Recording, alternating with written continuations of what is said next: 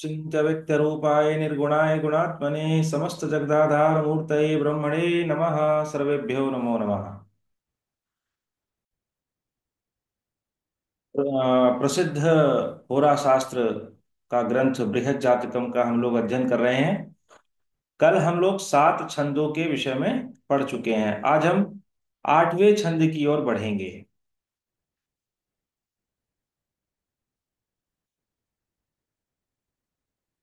तो कल तक के छंद में किसी को कोई शंका हो तो पूछ सकते हैं, नहीं तो हम अगले 8वें छंद की ओर बढ़ते हैं। तो ये 8वां छंद है और आर्या छंद में इसको लिखा इन्होंने। आर्या छंद क्या होता है इसके बारे में भी मैं आपको बताऊंगा। तो क्या कहते हैं वरामिहिर? वरामिहिर कहते हैं कि क्रियताबुरीजितुम कुलीर ले अपाथो न जूक कौर्प्याख्या तौक्षिक आको केरो हृद्रोग चांत्यभम चेत्थम। ठीक है। ये जो आर्य छंद है इसमें कहा उन्होंने कि क्रिया, क्रिय का मतलब मेष। मेष राशि को उस समय क्रिय भी कहा जा रहा था, यूनानी नाम है ना। क्रिय का मतलब मेष, जिसको अज भी कहा गया किसी किसी छंद में। फिर आगे लिखा तावुरी। तावुरी नाम क्या है? तावुरी वृषभ राशि का ही ग्रीक नाम है। ग्रीक में यूनानी लोग उसको तावुरी कह रहे थे। और तावुरी से क्या शब्द बनता है? टावरस, है ना। वृषभ राशि को इस समय अंग्रेजी में टॉरस कहते हैं, TAURUS, है ना। तो टॉरस जो शब्द निकला ये तावुरी शब्द से ही निकला। यूनानी शब्दों के बहुत सारे निष्पन्न शब्द हैं जिनका हम लोग अंग्रेजी में धड़ल्ले से प्रयोग कर रहे हैं। ठीक है ना। तो तावुरी मतलब टॉरस, वृषभ राशि को कहा। जितुम जो लिखा, जितुम, जितुम क्या है ये? जितुम मिथुन है। मिथुन को वहां के लोग जितुम कह रहे थे। मिथुन राशि का दूसरा नाम जितुम है। कुलीर कहते हैं कर्क को। ले, ले किसको कहते हैं? संग। सिंह को। सिंह राशि का दूसरा नाम, अपर नाम ले था उस समय। फिर आगे आया पाथोन। पाथोन कन्या। जूक कहते हैं तुला। और कौरपी आख्या, कौरपी के नाम से कौन प्रसिद्ध थी? वृश्चिक राशि। वृश्चिक का नाम कौरपी। तौक्षिक, तौक्षिक कहते हैं धनु को। आको केरो, आको केर कहते हैं कुंभ को। हृद्रोग, कुंभ को कहते हैं। ठीक है। और क्या बचा? अंत्यभम, अंतिम जो है, अंत्यम भ, उसका नाम क्या है? मीन है। तो देखिए, ग्रीक, पारसी आदि भाषाओं के शब्दों का वराहमिहिर ने बहुत निर्भीकता के साथ प्रयोग किया, है ना। वो केवल संस्कृत तक ही सीमित नहीं रहे। उन्होंने ये बताने का प्रयास किया है आपको कि देखिए इन इन राशियों को इन इन नामों से यूनानी ज्योतिष में प्रयोग किया जा रहा था। इसका मतलब यह है कि वो यूनानी ज्योतिषियों के संपर्क में भी थे, तभी तो वो इन शब्दों का प्रयोग कर रहे हैं, है ना। तो अब देखिएगा, इसीलिए तो उन्होंने कहा, किन्होंने? वराहमिहिर ने, कि म्लेच्छा ही यवनास्तेषु सम्यक शास्त्र विदम स्थितम। जो म्लेच्छ हैं, वो जो यवन हैं, यवनों को म्लेच्छ कहा, वो सब शास्त्रों के जानकार हैं, अतः वो भी ऋषिवत पूज्य, हम्म। वो भी ऋषियों के समान पूज्य हैं। इतना महत्व देखिए उनको दिया, कितना सम्मान उनको दिया। अपने विदेशी आचार्यों को भी वो सम्मान दे रहे हैं। और कहते हैं ना कि विद्या ददाति विनयम, विद्या से विनय आता है, विनय। विनम्रता आती है। तो विनम्रता का सबसे बड़ा देखिए लक्षण तो यही है कि वो अपने विदेशी आचार्यों को भी भरपूर सम्मान दे रहे हैं, उनके शब्दों का भरपूर वो बृहद जातकम में प्रयोग कर रहे हैं। ऐसा नहीं कि केवल अपनी ही भाषा के प्रति वो कट्टर हो जाएं। अपनी भाषा का भी सम्मान करना चाहिए, दूसरे की भाषाओं का भी सम्मान करना चाहिए, भाषाओं से बैर कभी नहीं होना चाहिए हमको, है ना। लेकिन हाँ, कोई अपमान करे हमारी भाषा का, तब वो असहनीय हो जाना चाहिए, है ना। तो जहां पर सम्मान की बात आए वहां पर कट्टरता का रुख हमको नहीं अपनाना चाहिए। तो ये लिखा गया आर्या छंद में।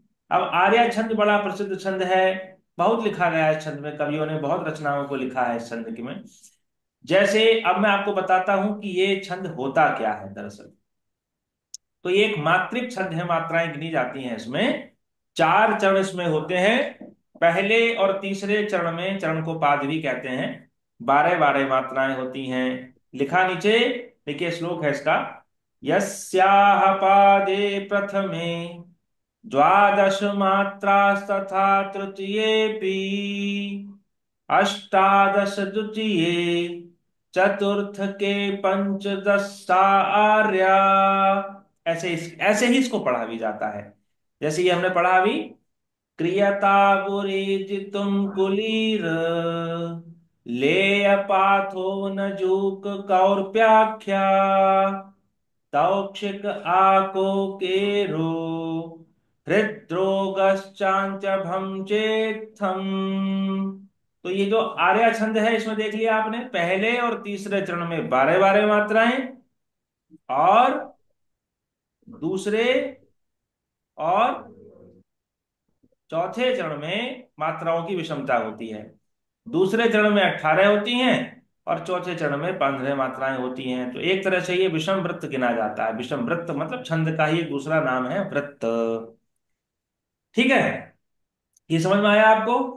अब इसका एक बड़ा प्रसिद्ध उदाहरण है जो संस्कृत के साहित्य में प्रसिद्ध है, नीति शतकम में भर्तृहरि ने लिखा कि अज्ञ सुखमाराध्य सुखतरमाराध्यते विशेषज्ञ ज्ञान लव दुर्विदग्धम ब्रह्मापि नरम नरंजयति।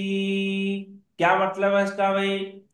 कि अज्ञ, जो अज्ञ है, ना, न ज्ञ, जिसको ज्ञान नहीं है, जो मूर्ख है, उसको आराध्य माने उसकी आराधना करना, ठीक है, उसको समझाना, उसको मनाना बहुत ही कहा सुखम सुखकारी है, सरल है। माने मूर्ख व्यक्ति को आसानी से समझाया जा सकता है एक बार को, ठीक है। और क्या कहा? सुखतरम, और अधिक आसानी से, आराध्यते, समझाया जा सकता है किसको? विशेषज्ञ, जो विशेषज्ञ है, जो किसी विशेष, किसी विशिष्ट विषय को जानता है, विद्वान है अपने किसी टॉपिक का, उसको तो और भी अधिक आसानी से समझाया जा सकता है क्योंकि वो जानता है, ठीक है। लेकिन क्या कहा कि ज्ञान लव दुर्विदग्धम, ज्ञान जिसका लब माने कम हो गया हो, हानि हो गई हो, दुर माने बुरी तरह से, विदग्धम प्राप्त किया हो जिसने, सीखा हो जिसने, ज्ञान को गंदे तरीके से जिसने सीखा हो, माने जिसने तर्क के स्थान पर कुतर्क अपना रखे हो, ऐसे व्यक्ति को, ऐसे नर को तो ब्रह्मा भी नरम न रंजयति, व्यास जी, है ना, ब्रह्मा जी भी उसको नहीं समझा सकते, ठीक है। जो ये मान बैठा हो कि मुझको सब कुछ आता है, भले ही कुछ नहीं आता उसको, है ना, वो क्या है कि जो पूर्णम कुंभम करोति न शब्दम, है ना, अर्ध संपूर्ण शब्दम, संपूर्ण कुंभो न करोति शब्दम अर्धो घटो घोषम पूर्ण, उपैति नूनम। हाँ तो विद्वान आधा, पुलिको न करोति गर्वम हाँ साधु वीणा बहुजल्पयन्ते हाँ, गुणे वीणा बहुजल्पयन्ते। थोड़ा भरा हुआ है, जो हम्म। थोड़ा भरा हुआ है उसको ज्यादा अहंकार हो जाता है, ठीक है। तो ये हम्म। आर्या छंद में है, बड़ा प्रसिद्ध छंद, नीति शतकम में भर्तृहरि ने इसको हम्म। लिखा है। तो देखिए भर्तृहरि को भी हम लोग पढ़ लेते हैं ऐसी बहाने। और नीति शतकम आप पढ़िएगा कभी उसको, बड़े ऐसे छंद हैं जो आपको जीवन की नीति को हमको सिखाते हैं, वो जीवन हम्म। को जीना सरल कर देते हैं। ऋषियों ने, हमारे आचार्यों ने छंदों में अपनी बात को सरल तरीके से, सत्य को जो है उद्घाटित किया है, लिखा है उसको। तो ये हमने पढ़ लिया। अब इस छंद में किसी को कोई समस्या है, राशियों के जो ग्रीक यूनानी नाम बताए हैं वराहमिहिर ने, वो आपको सबको समझ में आ गए होंगे। कारण क्या है कि आगे के आगामी छंदों में अब वराहमिहिर इनमें से किसी ना किसी शब्द का प्रयोग करेंगे वो। तो आपको वो बता रहे हैं कि भाई मैं अगर आगे इन इन शब्दों का प्रयोग करूं तो आप समझ जाना कि अगर मैं जूग कह रहा हूं तो उसका मतलब तुला है, है ना, कि भाई उनकी घनिष्ठता रही है यूनानी ज्योतिषियों से, तो इसलिए हम्म जब वो आपस में बातचीत करते होंगे, विषय चर्चा होती होगी, मिलते होंगे, तो ग्रीक शब्दों का आदान प्रदान होता होगा यूनानियों से वरामिहिर के बीच में। इसलिए वो हम्म कह रहे हैं कि मेरे स्वभाव में ये शब्द भी आ गए हैं, ठीक है, इसलिए मैं यदा कदान का प्रयोग करूंगा। तो आप लोग समझ हम्म लेना, विचलित मत होना, कि अगर मैं कॉर्पी कह रहा हूं तो उसका मतलब हम्म, वृश्चिक है, ठीक है ना। ठीक और है। मीन का क्या बताया आपने? मीन का है अंत्य मीन का अंत्य अंत्य हम अंत्य। अंतिम जो राशि है आखिरी वाली, मीन, अंत्यभ अंतिम नाम नक्षत्र, ठीक है। अंत्य। हाँ, अंत्यभ, जी। अंत्यभम, चलिए। तो ये तो आठवां छंद हो गया हमारा। अब हम आगे चलते हैं। दृक्काण होरा नवभाग संज्ञा त्रिंशांशकत्वा दश संगिताश्च क्षेत्रं च यज्ञस्य तस्य वर्गो होरेति लग्नं भवनस्य चार्धम। कौन सा छंद है ये? इंद्रवज्रा। इंद्रवज्रा। स्यादिंद्रवज्रा यदि तौ जगौगा, है ना, आपको मैंने इसका छंद का लक्षण भी दिखाया था। तो क्या कहा उन्होंने इसमें? इसमें वो वर्गों का परिचय करा रहे हैं कि भाई वर्ग जो है वो कितने हैं। जैसे आपने कल सीखा था त्रिंशांश के विषय में, त्रिंशांश भी एक कुंडली का वर्ग है ना। आज वो आपको बता रहे हैं, और उन वर्गों के नाम आपको बता रहे हैं, कौन कौन से वर्गों का प्रयोग जो है वो किया जाता है जन्म पत्रिका बनाने के लिए। तो इंद्र वज्रा छंद में वो कह रहे हैं, ताता जगेगा। शॉर्ट रूप में आप उसको आप ऐसे भी याद कर सकते हैं, ताता जगेगा। ताता, ताता का मतलब दो बार तगड़ आ जाएगा। और हम्म जगेगा, जगेगा का मतलब जगण आएगा, फिर गुरु आएगा, फिर गुरु आएगा, यानी अंत में दो गुरु आ जाते हैं। तो वर्णिक छंद है ये। तो देखिए, दृक्काण, दृक्काण का मतलब द्रेष्काण को बता रहे हैं कि द्रेष्काण एक वर्ग है, होरा है, हम्म, नव भाग वाला वर्ग है। नव भाग जिसमें हम नौ भाग करते हैं, नौवां हिस्सा निकालते हैं, अर्थात पता नवमांश के है। विषय में हमको बता रहे हैं। ठीक है, ये संज्ञा बता रहे हैं वर्गों की। और त्रिंशांश, त्रिंशांश मतलब वो हमने कल पढ़ ही लिया, 30 राशि, एक राशि के 30 अंश को 5 भागों में हम बांटते हैं। और द्वादश संगीताश्च, द्वादश वाला, संज्ञा वाला कौन सी वर्ग है? द्वादशांश है। ठीक है। तो द्रेष्काण हम्म हुआ, होरा हुआ, नवमांश हुआ, त्रिंशांश हुआ, और द्वादशांश हुआ।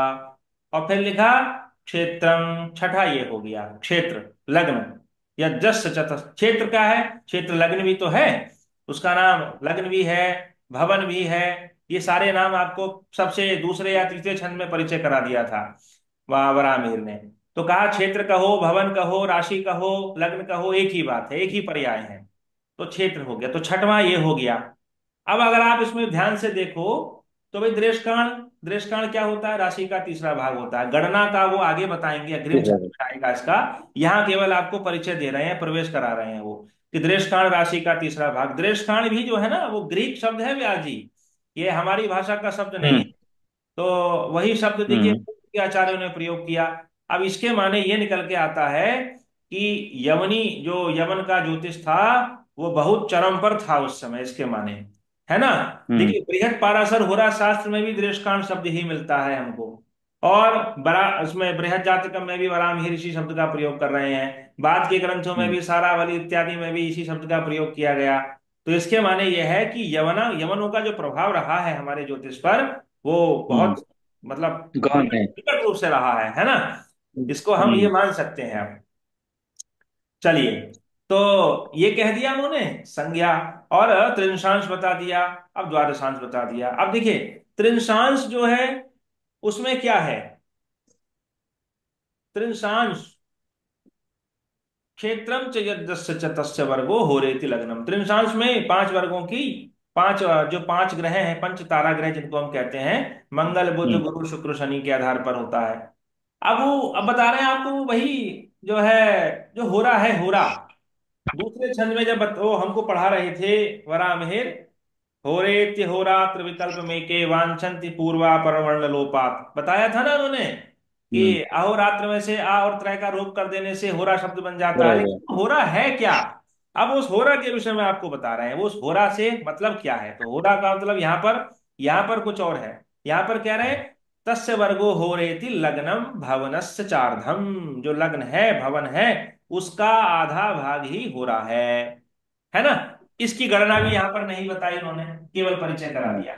गणना आगे बताया जाएगा, अगले छंद में इसी का परिचय आ रहा है। तो जैसे कहते हैं, जब आप कोई बात कहने वाले हो तो उसके डीप में ना जा करके पहले थोड़ा सा प्रवेश करा देते हैं कि भाई अब मैं आगे जो बोलूंगा, अब इस विषय की आपके मैं आपको बताऊंगा। आपका ध्यान आकृष्ट कराने के लिए अब उन्होंने वर्ग को ले लिया। तो वर्गों में तृतीयांश बता दिया उन्होंने, और नवमांश बता दिया, और क्षेत्र के विषय में उन्होंने बता दिया, द्वादशांश बता दिया। अब वो द्रेष्काण और होरा के विषय में आपको बताएंगे अगले छंद में। चलिए अगले छंद की ओर बढ़ते हैं। अगला छंद क्या कहता है भाई? वसंत तिल का छंद में है। गोजा स्विकर्कि मिथुना समृगा निशाख्या, पृष्ठोदया विमिथुना कथितास्त एव, शीर्षोदयादिन बलाश्च भवन्ति शेषा, लग्नं समेत्युभयतः प्रथुरोम युग्मम्।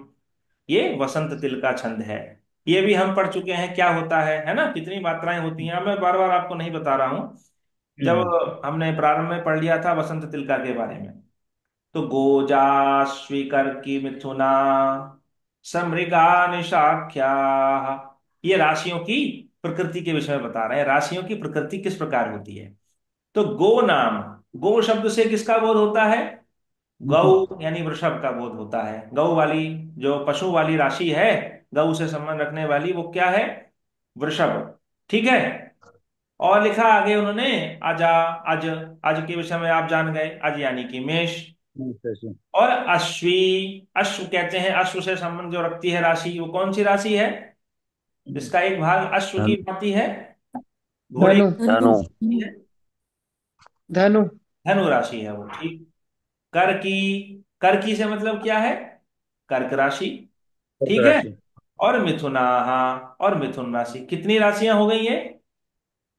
वृषभ, 5। मेष, धनु, कर्क, मिथुन। और इसमें जोड़ लीजिए एक और, समृगा, पांच। मृग सहित जो है, मृग वाली राशि, मकर सहित कर लीजिए उसमें, अब मकर को भी जोड़ लीजिए। तो 6 राशियां हो गई। ये 6 की 6 राशियों की प्रकृति कैसी है? निशाख्या। निशा माने रात्रि को कहते हैं। ये राशियां जो है ये रात्रि वाली होती हैं। रात्रि वाली का तात्पर्य यहाँ पर क्या है कि भाई प्रश्न लग्न में और व्यक्ति के स्वभाव में इन राशियों का हम लोग प्रयोग करते हैं। तो निशाख्या का मतलब हुआ कि जिन जातकों की ये राशियां होती हैं वो प्रायः रात्रि बली जातक होते हैं, उनको रात्रि में कार्य करना अच्छा लगता है। ठीक है। रात्रि में देर तक जागते हैं, रात्रि में घूमते हैं, उनको रात्रि प्रिय होती है। तो ये रात्रि बली राशि है। और लिखा पृष्ठोदया, और ये पृष्ठोदयी है। इनका जो पिछला भाग है वो पहले दिखाई देता है जब ये राशि उदय होती है। उदय होते समय इनका जो पृष्ठ वाला भाग है वो पहले दिखाई देता है। तो कहा कि ये पृष्ठोदयी राशि है। और इनका प्रयोग भी प्रश्न लग्न में किया जाता है इस प्रकृति का। कैसे किया जाता है कि मान लीजिए पृष्ठोदयी लग्न चल रही है, तो पृष्ठोदयी लग्न चल रही है, इसके माने प्रश्न का जो फल है वो अभी नहीं मिलेगा, बाद में मिलेगा, है ना। तो ये पृष्ठोदयी अगर लगन आ गई, कौन सी पृष्ठोदयी? मान लीजिए मेष लगन चल रही है, किसी व्यक्ति ने प्रश्न पूछा है मेरा यह कार्य अभी होगा कि नहीं होगा, तो आप जान लीजिए कि मेष है, वृषभ है, धनु है, मकर है, मिथुन है, कर्क है, ये पृष्ठोदयी राशि है। तो इनमें किया गया जो प्रश्न है वो तुरंत फलित नहीं होगा, बाद में इनका फल मिलेगा। आगे लिखा, लेकिन क्या करना है? ये सभी पृष्ठोदयी नहीं है, वे मिथुना, हाँ, इसमें से मिथुन को हटा दीजिए आप, शर्त है इसकी ये, मिथुन को निकाल दीजिए। मिथुन राशि पृष्ठोदयी नहीं है, उसकी प्रकृति क्या है? वह शीर्षोदयी राशि है। क्योंकि मिथुन क्या है? स्त्री पुरुष का जोड़ा है। तो जब वो राशि उदय होती है तो पहले उनका सिर वाला भाग जो ऊपर का है वो पहले दिखाई देता है राशियों का। इसलिए वो राशि, इसको छोड़ दीजिए मिथुन को। मिथुन राशि कैसी है? शीर्षोदयी है, लेकिन वो भी निशाख्या, वो भी रात्रि बली है।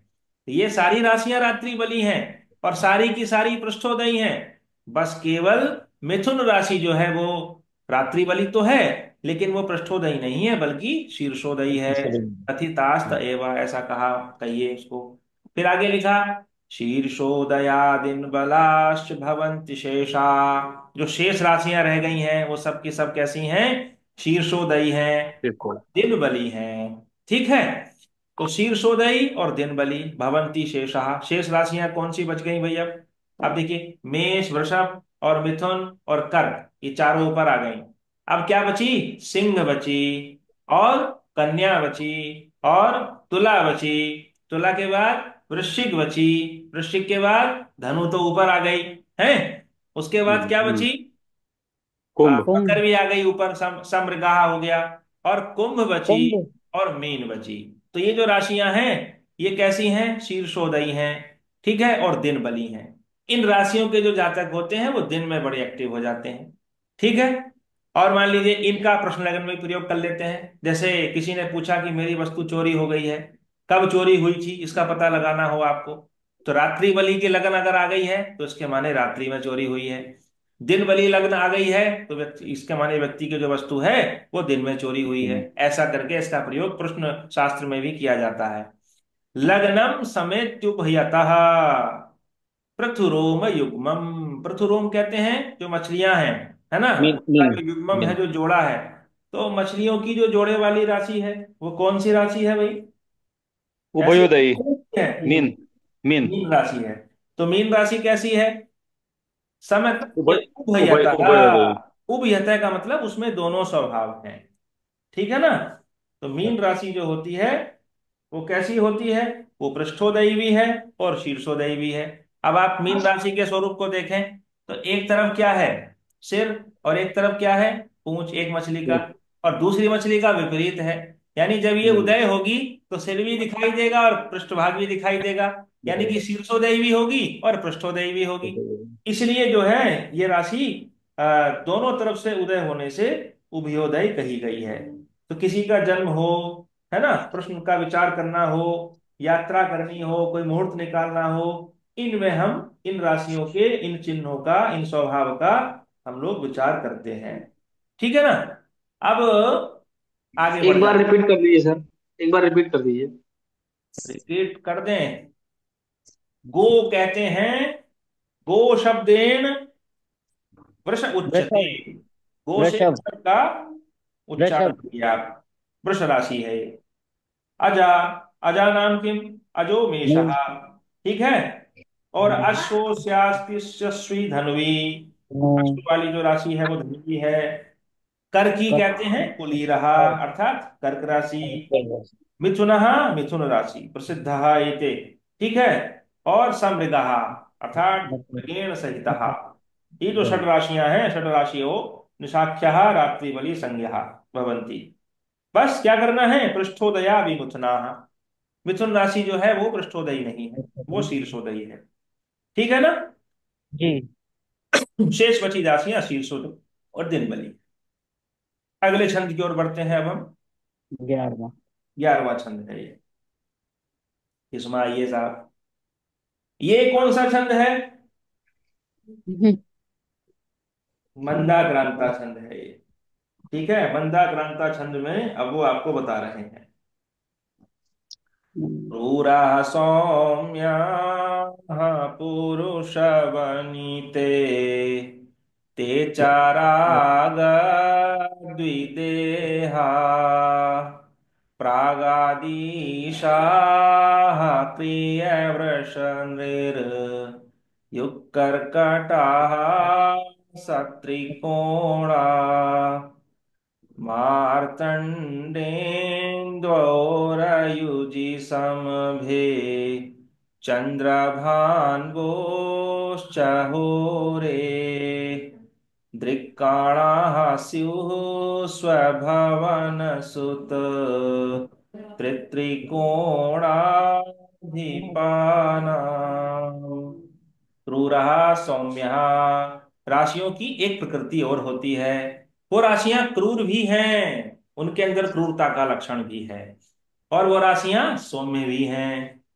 पुरुष वनिते, कुछ राशियां पुरुष हैं, कुछ राशियां वनिता हैं, स्त्री संज्ञक हैं, स्त्री प्रधानता के लक्षण हैं उनके अंदर। ते चरागा द्विदेहा, ते वे सभी कैसी हैं? चर हैं, चलन गमनशील प्रकृति को रखने वाली हैं, हम्म। चलता को रखने वाली हैं। अग, अग नाम स्थिर प्रकृति की हैं। और आगे लिखा द्विदेहा, द्विदेह यानी दोनों प्रकृतियां भी हैं, कुछ राशियों में वो चर भी हैं और स्थिर भी हैं। ठीक है। ठीक तो है। क्रूर, सौम्य, क्रूर, सौम्य, क्रूर, सौम्य, क्रूर, सौम्य, ऐसे करके 12 राशियों का विभाजन उन्होंने आपको संकेत रूप में वराहमिहिर ने बता दिया। जैसे आ, यद्यपि देखिए सभी राशियों में सारे ही गुण हैं, सभी राशियों में रात्रि बली भी है, सारी राशियों में दिन बली भी है, लेकिन प्रधान्येन व्यपदेशा भवन्ति, मैंने आपको पहले ही बताया था, प्रधानता के कारण ही जो है वो नामकरण किया गया है। ठीक है। ऐसे ही हर राशियों में क्रूरता भी है, लेकिन हर राशियों में सौम्यता भी है। लेकिन क्या है कि जिसमें जिस गुण की ज्यादा प्रधानता है उस राशि का नामकरण उसी के आधार पर, गुणों के आधार पर कर दिया गया। तो प्रथम राशि मेष है, वह क्रूर है। हम्म। दूसरी राशि सम है, वो सौम्य है। तो विषम राशियां क्रूर हम्म। हैं और सम राशियां सौम्य हैं। ठीक है। सही है। ऐसे ही पुरुष वनिते, पुरुष मतलब जो विषम राशियां हैं, जो क्रूर राशियां हैं वो पुरुष हैं, और जो अच्छा, सौम्य अच्छा। राशियां हैं वो स्त्री हैं। है ना। ठीक है। पुरुष प्राय क्रूर होते हैं ज्यादातर, स्त्रियां जो है वो सौम्य स्वभाव की होती हैं। एक दर्शन देखो हमको यहाँ भी मिल गया सीखने के लिए। पुरुष कठोर ही होते हैं, क्रूर ही होते हैं। राशियों में भी देखिए क्रूरता आ गई है, पुरुष राशियों के अंदर भी पुरुषों ने क्रूरता को वहां तक भी ले लिया। अब फिर क्या लिखा, चरागार जो देहा, चर, स्थिर, द्वे स्वभाव। इसको याद करने का तरीका कैसे है, क्रम से बता रहे हैं वो, कि जो मेष राशि है वो चर है, वृषभ राशि स्थिर है, मिथुन राशि द्वि स्वभाव है, उसमें दोनों स्वभाव है, मतलब चर भी है और आपका स्थिर भी है। उसके बाद कर्क राशि आ गई। कर्क कैसी है, फिर चर, सिंह राशि स्थिर, चर, और फिर चर। कन्या राशि द्वि स्वभाव। इसी तरह से तुला चर, फिर अगली राशि वृश्चिक स्थिर, फिर धनु द्वि स्वभाव, फिर मकर चर, कुंभ स्थिर और मीन द्वि स्वभाव। अब जो द्वि स्वभाव राशियां पढ़ी इनको ध्यान से देखिए। ये दोनों द्वि स्वभाव राशियां जितनी पढ़ी हैं हमारी सबकी सब, ये दोनों तरफ से एक चर से घिरी हुई है और एक स्थिर से घिरी हुई। जैसे फिर मिथुन से। राशि है, तो मिथुन राशि के ठीक पहले कौन सी राशि आती है, वृषभ राशि, चर। है ना, वृष वृषभ वृषभ। राशि।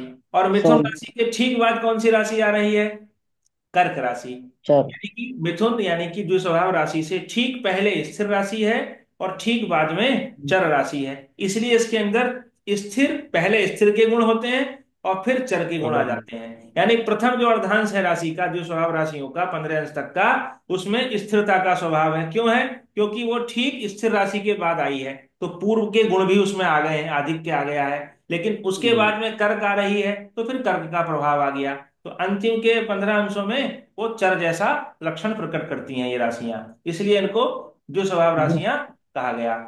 फिर आगे क्या लिखा, आगे लिखा प्रागादिशः, जो प्राग कहते हैं पूर्व आदि, पूर्व आदि जो दिशाएं हैं वो उनके हिसाब से ये दिशाओं के स्वामी, स्वामिनी होती हैं ये राशियां। कैसे होती हैं, क्रिय, वृष, निर, युक्त, कर्कटाहा। इसको ध्यान से समझिए। क्रिय का मतलब अभी हमने पढ़ा था, क्रिय नाम किसका है, मेष राशि का। तो मेष राशि पूर्व दिशा की स्वामिनी है। अब पूर्व से बढ़िए फिर दक्षिण की ओर, दक्षिण दिशा की स्वामिनी कौन है, वृषभ राशि। फिर आगे चलिए मिथुन की ओर, मिथुन किस राशि की कौन है, मिथुन का जो है नृयुग, नृ माने जो मनुष्य हैं उनका युग, जो जोड़ा है, स्त्री पुरुष का जो जोड़ा है, यानी मिथुन राशि जो है वो पश्चिम दिशा की स्वामिनी है। और फिर आ जाइए आप उत्तर में, कर्कटाहा, कर्क राशि उत्तर दिशा की स्वामिनी, यानी इन राशियों का जो वास है वो इन इन दिशाओं में है, ये स्वामिनी है। और सत्रिकोण, अब इसको उन्होंने एक पासवर्ड आपको दे दिया समझने के लिए, सत्रिकोण, आप इनका त्रिकोण गिन लीजिए। इसी तरह से आपको बाकी बाकी की बाकी राशियां आपको मिल जाएंगी। जैसे मेष राशि पूर्व दिशा की स्वामिनी है, तो बताइए और मेष से कौन सी राशि स्वामिनी होगी पूर्व दिशा की, जो त्रिकोण का संबंध सिंह। रखती है। सिंह। तो मेष पांच से, और नौ। मेष से पांचवी राशि सिर धनु। सिंह हो गई, और फिर सिंह से पांचवी सिंह राशि धनु हो गई। तो धनु। मेष, सिंह, धनु ये पूर्व दिशा की स्वामिनी हो गई हैं, है ना। ऐसे ही वृषभ राशि कैसी है, दक्षिण दिशा की स्वामिनी है। तो वृषभ राशि से त्रिकोण निकालिए, 2, 6, 10 ये हो गया। ठीक है, ये पृथ्वी तत्व की राशियां हैं, ये दक्षिण दिशा की स्वामिनी है। अब आइए आप मिथुन से शुरू करिए। मिथुन राशि पश्चिम दिशा की है, तो अगली राशियां कौन सी होंगी पश्चिम दिशा की? मिथुन से त्रिकोण संबंध बनाइए, 3 7 11, मिथुन ग्यारह, तुला कुंभ। और फिर कर्क राशि से जोड़ लीजिए चार, त्रिकोण, 4 8 12, 8 12। कर्क वृश्चिक और मीन। अब मैं आपको इसका एक चार्ट भी दे देता हूं, इस चार्ट को आप संभाल करके रख लेना और इसको चिपका लेना कहीं पर भी। ये अच्छा चार्ट है, आपको याद रखने में आसानी हो जाएगी। देखिए, मेष राशि क्रूर है। तत्व के सर, हाँ हाँ, अभी बताऊंगा वो। तत्व के मुताबिक करेंगे तो भी हो जाएगा। हाँ अग्नि तत्व, पृथ्वी तत्व, वायु तत्व, जड़ तत्व। हाँ हाँ, बिल्कुल बिल्कुल, अग्नि तत्व। उसके बाद मेष राशि जो पूर्व दिशा की हैं, अग्नि जहां से तत्व सूर्य उदय होता है, वो हम्म, अग्नि तत्व की राशियां हैं। हम्म। दक्षिण वाली जो राशियां हैं, दक्षिण में वो की राशि अग्नि, है ना। पृथ्वी तत्व। हाँ, हम्म। पृथ्वी दक्षिण में, पश्चिम पृथ्वी में को वायु अपने तत्व। शरीर को छोड़ करके दक्षिण में निकल जाओ अपना। फिर आइए पश्चिम दिशा की ओर, वायु तत्व की स्वामिनी है वो, वायु तत्व वायु है तत्व। अंदर, शनि है यहाँ पर। तो ठीक है। और उत्तर हम्म। में जल तत्व है, वो जलीय जड़ तत्व। तत्व। उत्तर में पहाड़ है, हिमालय है, जल है, वहां पर जल भरा हुआ है। ऐसे करके आप इसको याद रख सकते हैं। तो देखिए, मेष से शुरू करिए मीन तक। अब क्रूर सौम्य को समझ लीजिए शॉर्ट में, क्रूर सौम्य क्रूर सौम्य क्रूर सौम्य, ऐसे करके एक एक का अंतराल।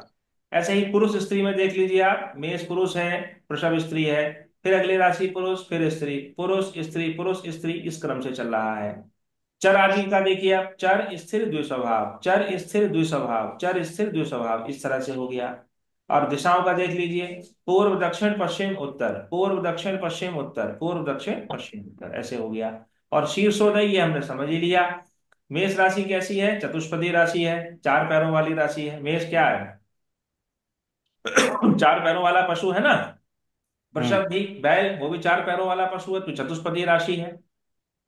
मिथुन क्या है? ग्रीक कहते हैं मनुष्यों का है, तो ये मनुष्य वाली राशि है। इस तरह से आप इस चार्ट को आसानी से समझ सकते हैं। इसको मैं भेज दूंगा ग्रुप में, आप लोग देख लेना। अब आगे बढ़ते हैं। अब आगे उन्होंने क्या कहा?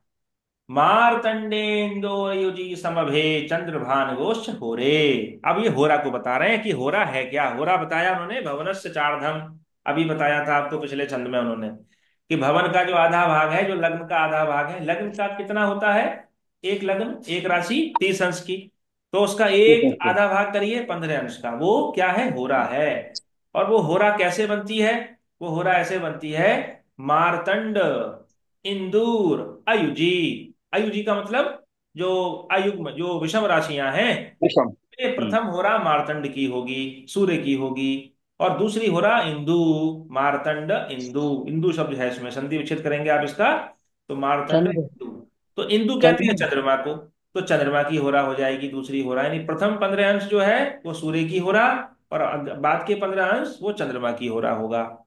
फिर लिखा उन्होंने, समभे, जो सम वाली राशियां हैं, ठीक है। सम वाली राशियां कौन सी हैं? जैसे वृषभ है, 2 4 6 8 10 12 वाली सम अंकों वाली, उनमें चंद्र भानवोश्च होरे। प्रथम होरा जो होगी वो चंद्रमा की होगी, और दूसरी जो होरा होगी वो भानु, भानु की होगी। भानु कहते हैं सूर्य को, सूर्य की होरा होगी। तो विपरीत क्रम हो जाता है। ठीक है, विषम राशि में प्रथम होरा सूर्य की, दूसरी होरा चंद्रमा की। और सम राशि में प्रथम होरा चंद्रमा की और दूसरी होरा भानु की होती है। अब होरा को समझ लेते हैं, होरा कैसे बनती है, देखिए। ये एक श्लोक और मिलता है ये, मेषे च सिंहे धनुपूर्व भागे, वृषे च कन्या मकरे च याम्ये, युग्मे तुलायां च घटे प्रतीच्यां, कर्कालिमीने दिशि चोत्तरस्याम। यदि वो वाला छंद आपको याद ना हो, तो आप चंद्रमा का ये दिग्वास है, चंद्रमा किस किस राशियों में कहाँ कहाँ होता है। जैसे मेष, सिंह और धनु पूर्व दिशा की राशियां है ना, तो चंद्रमा इनमें पूर्व दिशा में होता है। यदि चंद्रमा मेष राशि में है, तो इसका मतलब है कि चंद्रमा आज पूर्व दिशा में है। और मान लीजिए किसी व्यक्ति को पूर्व दिशा की ओर ही जाना है, तो यात्रा में इसका विचार किया जाता है, सन्मुखे चंद्रमा शुभ होता है। सामने का चंद्रमा, जैसे मान लीजिए आज चंद्रमा पूर्व दिशा, मेष राशि में है, और आपको कहाँ जाना है? अपने घर से पूर्व दिशा में ही जाना है, और पूर्व में ही चंद्रमा है। तो जब आप यात्रा में निकलेंगे, तो आपके ठीक सामने चंद्रमा होगा, तो उससे क्या होगा? धन लाभ होगा, आपकी यात्रा शुभ हो जाएगी। तो यात्रा के प्रसंग में इसका विचार किया जाता है। अब मान लीजिए चंद्रमा मेष राशि में है, यानी पूर्व दिशा में है, और आप यात्रा कर रहे हैं पश्चिम दिशा की, तो क्या हो गया? चंद्रमा आपके पीठ पीछे हो गया, है ना। तो पीछे। पीठ से जो चंद्रमा होता है वो हानि करता है, वो उसको यात्रा में ठीक नहीं कहा गया। ऐसे ही चंद्रमा दाहिने हो जाता है। ठीक है, चंद्रमा जिस जिस दिशा में है वहां उस दिशा की ओर मुख करके खड़े हो जाएं आप, तो लगे कि आप जिस दिशा में जा रहे हैं वहां से चंद्रमा दाहिनी दिशा की ओर है, तो वो शुभ कहा गया। ऐसे ही बाईं दिशा की ओर हो जाए तो उसको अशुभ कहा गया। ये सब यात्राओं के विचार हैं, उसमें हम इनका प्रयोग कर लेते हैं। ये ऐसे भी मिलता है ये वाला, यही छंद। मेषे च सिंहे धनु पूर्व भागे, वृषे च कन्या मकरे च याम्ये। अब याम्य शब्द का प्रयोग कर लिया दक्षिण के स्थान पर, दक्षिण को याम्य भी कहते हैं। मिथुने याम्य उत्तर। तुला कुंभ सुपश्चिमायाम, कर्कारी मीने दिशि चोत्तरस्याम। ठीक है ना। अब देखिए होरा के बारे में बता रहे हैं। वो होरा क्या है? एक राशि का आधा भाग। एक राशि 30 अंश की है, तो 30 अंश का आधा भाग कितना हो गया? 15 अंश हो गया। तो 15 अंशों की एक होरा हो जाती है। अब उसको बनाते कैसे हैं, तो उसके लिए मैं अभी एक स्लाइड शेयर कर रहा हूं। होरा कुंडली कैसे बनाते हैं? जैसे सूर्य तुला राशि में बैठे हैं, 7 अंश के हैं, तो पहले आधे हिस्से में है विषम राशि के।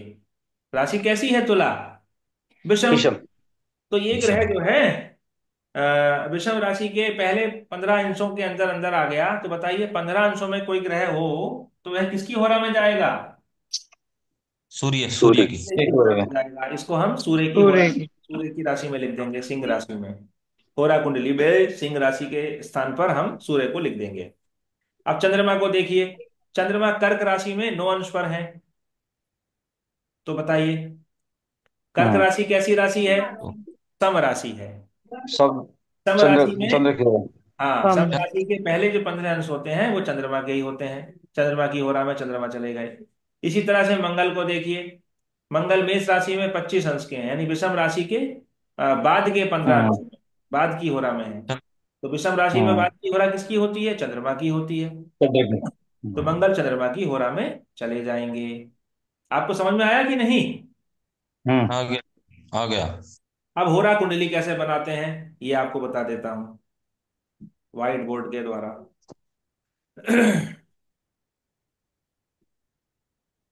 हाँ, आपने कहा भी था क्लास में। मैंने कुछ दिन पहले एक लेख लिखा था कि ग्रहण का संबंध भूकंप से होता है, और हम्म। दो ग्रहण के बीच में, देखिए अभी तो दूसरा ग्रहण पड़ा भी नहीं था कि पढ़ा भी नहीं था, आ गया। बड़ा भूकंप 7.7 की तीव्रता बहुत होती है। अब जी। यहाँ से भूकंपों का दौर शुरू हो गया है अब, है ना। हम्म। अभी आपको और भूकंप देखने को मिलेंगे। अभी तो ग्रहण आज हुआ है, अभी तो उसका प्रभाव देखना आप, कई महीने तक प्रभाव रहता है ग्रहण का, देखिएगा। जी। जैसे अब देखिए दो होरा होती हैं, एक तो होती है सूर्य की यानी कि सिंह की, और एक होती है चंद्रमा की, कर्क की। दोनों की एक ही राशियां हैं। तो हम क्या करते हैं, जैसे हमने हमने देखा कि लग्न जो है, मान लीजिए वृश्चिक राशि की लग्न है, और वो भी 16 डिग्री की है। तो बताइए सम राशि में, सम राशि की किस होरा में जाएगी लग्न ये? सूर्य बाद के विषम। 15 अंशों में सूर्य। सूर्य की होरा। तो हम क्या करेंगे, लग्न के स्थान पर हम सूर्य का चिन्ह, जो राशि का चिन्ह है 5, वो लिख देंगे, सिंह राशि। और दूसरी होरा किसकी होगी? चंद्रमा की होगी। बस अब कुछ नहीं करना, सारे ग्रहों की स्थिति देख लीजिए, कौन कौन कहाँ है, सूर्य की होरा में है कि चंद्रमा की होरा में है। सूर्य की होरा में है तो सूर्य को यहाँ लिख दीजिए। चंद्रमा कहाँ है? चंद्रमा की होरा में ही था, अभी हमने निकाला था, तो उसको चंद्रमा की होरा में लिख दीजिए। तो सारे जो ग्रह हैं वो इन्हीं दो राशियों में आ जाएंगे, तो ये होरा कुंडली बन जाएगी। ठीक है ना। जी। आपको समझ में आ गया? इसी तरह आ, से इस चार्ट के द्वारा आप लोग कुंडली का अभ्यास कर लेना, होरा कुंडली बना बना करके देखना। बस आपको ग्रह स्पष्ट पता होना चाहिए, उससे कुंडली, होरा कुंडली आप लोग बना लेंगे। होरा कुंडली से क्या करते हैं? धन का विचार करते हैं, संपत्ति का विचार किया जाता है। बृहस्पति में इसके ऊपर बहुत कुछ हम लोग पढ़ चुके हैं पहले भी, पुरानी वीडियो भी अपलोड है, उसको आप एक बार देख सकते हो। तो ये उन्होंने बता दिया होरा के विषय में। अब एक विषय और रह गया। क्या कहा उन्होंने होरा कुंडली के बाद? दृक्काण स्यु स्वभवन सुत त्रिकोणाधिपा नाम। अब दृष्काण के विषय में बता रहे हैं। दृष्काण क्या होता है? दृष्काण होता है एक राशि का तीसरा भाग। जैसे होरा 15-15 अंशों का हो गया, दो दो भाग हो गए लग्न के, ऐसे लग्न के 3 भाग कर लीजिए अब आप। तो हर राशि के 3 भाग करिए, तो कितने हो जाएंगे? 10-10 अंश के 3 भाग बन जाएंगे। वही 3 भाग दृष्काण होंगे। और वो दृष्काण कैसे होंगे? 10 अंश के, अगर पहले 10 अंशों में कोई ग्रह है तो वो स्वभवन अपनी ही राशि में लिखा जाएगा दृष्टान कुंडली में। और अगर वो 11 अंश से 20 अंश के बीच में है, यानी 10 अंश से ऊपर है और 20 अंश तक है, तब वो दूसरे दृष्टान में जाएगा। और दूसरे दृष्टान का मतलब क्या है, वो लिखा सुत। सुत का मतलब, सुत भाव क्या होता है, पांचवा भाव होता है, यानी उस राशि से पांचवी राशि में जाएगा वो ग्रह। और फिर लिखा यदि वो ग्रह 20 अंश से ऊपर और 30 अंश तक है, अंतिम दृष्टान में है, तीसरे दृष्टान में है, तो वो कहाँ जाएगा, त्रित्रिकोणाधिपानाम, वो तीसरे वाले त्रिकोण में जाएगा। तीसरा त्रिकोण कौन सा है, त्रित्रिकोण किसका नाम है, नवम भाव का नाम है। यानी वो अपनी राशि से, जिस राशि में बैठा है, वो दृष्टान कुंडली में अपनी राशि से 9वीं राशि में चला जाएगा। इसको मैं समझा देता हूं, देखिए आपको इसका भी चार्ट स्क्रीन पर शेयर कर देता हूं, तो आज ये छंद हमारा पूरा हो जाएगा।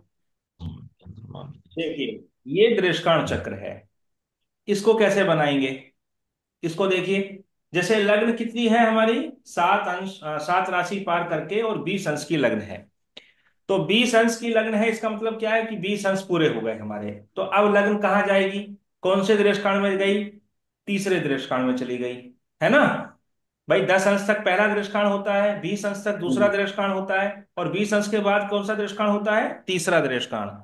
तो अब चूंकि वृश्चिक राशि की लग्न है, तो तीसरे दृष्टान में गया, तो तीसरे दृष्टान को हम कैसे निकालेंगे, वहां से नवम राशि को लेकर के। तो वृश्चिक से नवम राशि के लिए क्या हो गई, 16 हो गया, 8 दूनी 16। हाँ, 8 और 8 16। 16 का मतलब 12 राशियां चार, होती हैं ना। 4 नंबर। कर्क राशि आ गई, कर्क का दृष्टान आ गया। तो दृष्टान जब कुंडली बनाई हमने, तो ऊपर हमने 4 अंक लिख दिया कर्क का। ये दृष्टान की लगन पता चल गई हमको अब। इसी तरह से अब सारे ग्रहों को देख लीजिए। जैसे सूर्य जो है वो सिंह राशि में 25 अंश के हैं, बट 25 अंश के हैं, इसका मतलब क्या है, वो तीसरे दृष्टान में है।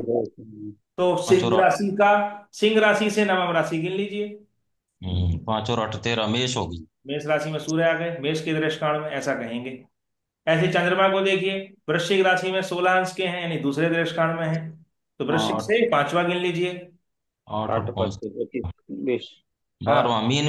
मीन मीन आ में। गया, चंद्रमा मीन के दृष्टान में बैठे हैं। इसी तरह से मंगल को देखिए, मंगल 3 राशि पार करके, यानी कि चौथी राशि में, ऊपर लिखा है ना 3 साइन, साइन का मतलब राशि, 3 राशि चार। पार कर चुके हैं, यानी कि चौथी राशि में है, कर्क राशि में। कर्क राशि में भी 15 अंश से ऊपर चले गए हैं, 15 अंश 25 कला। 15 अंश 25 कला का मतलब दूसरे दृष्टान में ही है। तो कर्क 8 से पांचवी गिन लीजिए। वृश्चिक। हाँ, वृश्चिक में बैठे हैं, देखिए मंगल, मंगल वृश्चिक के दृष्टान पे बैठे हैं। तो इस तरह से जो है हम लोग दृष्टांत चक्र बना लेते हैं, बना लेंगे सब लोग, आप कोई समस्या है इसमें, बन जाएगा। बन जाएगा, ठीक है। दृष्टांत से हम लोग भाई बहनों के सुख का विचार करते हैं, छोटे भाई बहनों के सुख का विचार। तो ये हमारा आज का विषय यहाँ पर पूरा होता है। और अगले छंद की ओर चलें अगर आपकी इच्छा हो तो, या यहीं रोक दें। Next Thursday. जी, नेक्स्ट थर्सडे। हाँ चल यहीं रोक देते हैं, ठीक है।